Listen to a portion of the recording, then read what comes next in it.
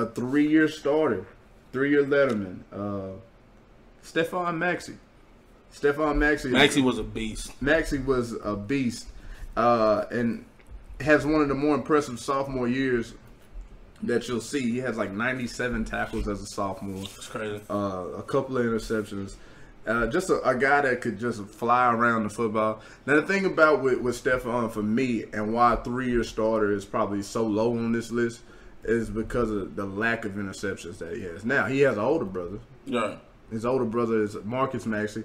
One of the best. A really good cover corner, a guy that has like 5 or 6 career interceptions in his career. But I think the 3-year varsity letterman, the 3-year starter, and you gotta give him the edge. And the thing is, Maxey plays in 2012, 2011, 12, and 13, which is a completely different era of football. True. Which means you have to be able to cover as a corner. And I'm not saying that I am saying that actually the routes were way more complex later. The later you get, the harder it is to play DB.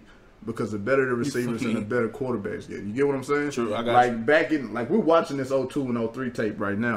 Yeah. It ain't nothing real complicated about what's going on in the pass game. It's a hitch, it's a flag, it's a post, it's a go. Like, there's no stupid route combinations. There's no stupid, people trying to trick you with bubble smokes and all of this kind of stuff that you got to be able to watch out. I've rarely seen play action on this. That's what I'm saying. Like, everything that we see from interceptions is a fly route down the field, and these corners are picking it up. And I'm not shitting on 2000s corners or anything. That's just how football was played back then. Yeah, it's just the era. That's just the era of football. So, to me, it's a little more impressive for a guy that has to play DB in this era, because the passing game was way more complex than it was back then. So I think that gives an edge to Maxey over an older guy, just because he played 3 years in it, and he was a guy that was successful in it. Yeah, he was. He was definitely a great defender. I watched his highlight too.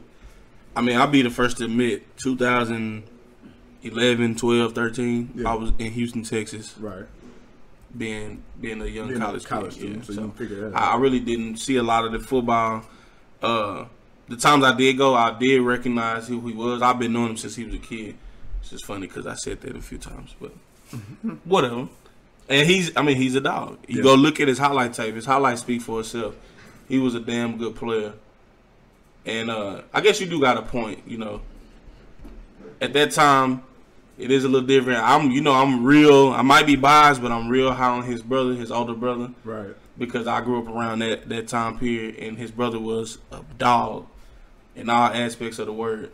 But you got to give him you got to get a younger Maxey brother the edge, man. 3 years. 3 years. Here's a quick look at his numbers: 97 tackles as a sophomore, 2 fumbles forced, 8 PBUs, and 1 interception as a sophomore. As a junior, those numbers take a slight little dip.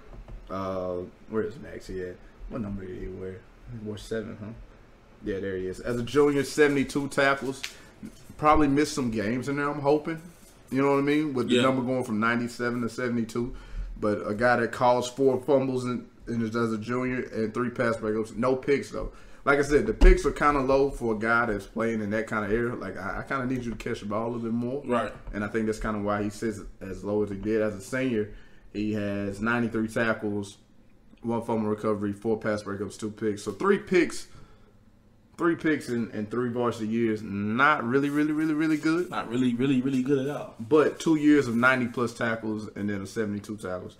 I think that is enough to suffice where he is on this list at number 98. Right. At number